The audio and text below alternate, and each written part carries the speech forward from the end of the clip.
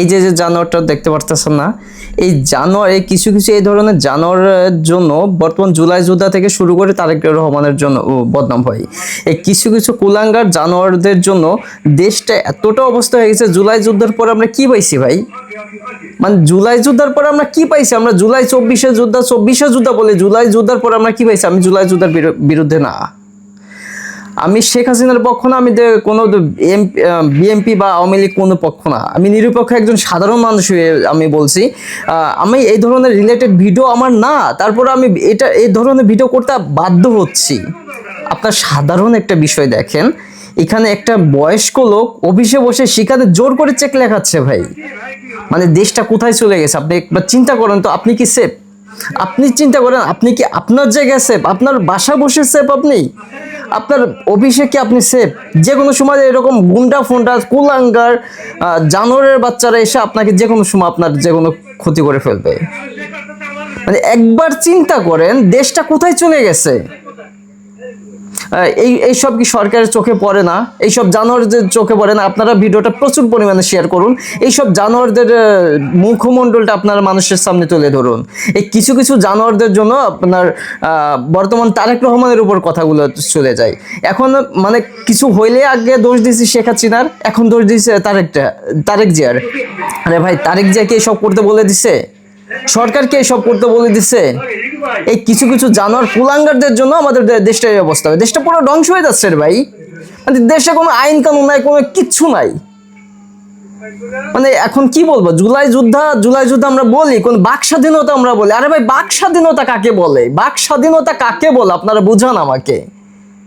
যে জায়গা মানুষ অফিসে সেফ নাই, ঘরে সেফ নাই, বর্তমান নারী নির্যাতন, শিশু নির্যাতন এইসবের কথা বিষয় আপনাদের নাই বলি, বাট বর্তমান এইসব মানে কোথায় কি কমছে? শেখ হাসিনার বেলায় যেমন তেমন এখন কি কমছে? আপনারা কি কমাইছেন ভাই? দেশের কি উপকারিতা করছেন? দেশের কি উন্নতি করছেন আপনারা? জুলাই যুদ্ধ করছেন, জুলাই যুদ্ধ করে কি করছেন? আপনারা কি ছিড়ছেন বলেন? আমি জুলাই যুদ্ধের বিপক্ষে না, আমি আবারও বলছি। মানে এইসব দেশে কি শুরু হচ্ছে? আমরা আসলে যারা অন্য ধরনের ভিডিও, মানে ইলেকট্রনিক্সের ভিডিও বাদ দিয়ে এই ভিডিওটা যখন আমার চোখে পড়লো, মানে হৃদয় পর্যন্ত লাড়া খেয়ে দিছে। একজন বয়স্ক মুরব্বী লোক, তাকে জোর করে চেক লেখায় নিয়ে যাচ্ছে।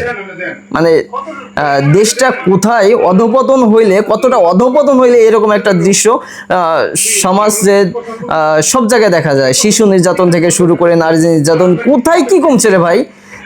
কি হয়েছে? কি 24-এর পরে আপনার দেশে কি উন্নতি করছেন?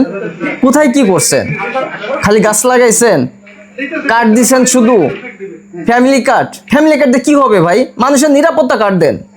তারেক জিয়ারে বলছি, ভাই আপনি নিরাপত্তা কার্ড দেন। আপনার যে সংগঠন বা আপনার যে এমপি মিনিস্টারগুলো আছে তাদের বলেন যে একটা আপনার কাছে ব্যক্তিগতভাবে বলি, আপনি একটা নিরাপত্তা কার্ড দেন। আমাদের এখন তো নিরাপত্তা নাই ভাই, অফিসের নিরাপত্তা নাই, নাই কোনো বাসায়, নাই কোনো রাস্তাঘাটে, নাই কোনো জায়গায়।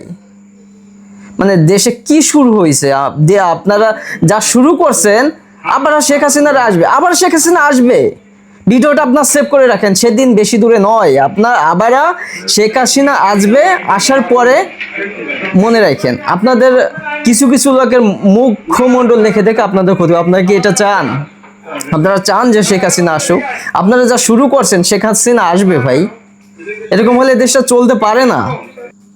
এই ভিডিওটা আমরা প্রচুর পরিমাণে শেয়ার করে দেন। এই জানোয়ারটার বিচার হওয়া উচিত, এই জানোয়ারটার বিচার হওয়া উচিত। এরকম জানোয়ারের সংখ্যা দিন দিন বেড়ে যাচ্ছে এবং ওপেন ফিল্ডে চাঁদাবাজি করতেছে।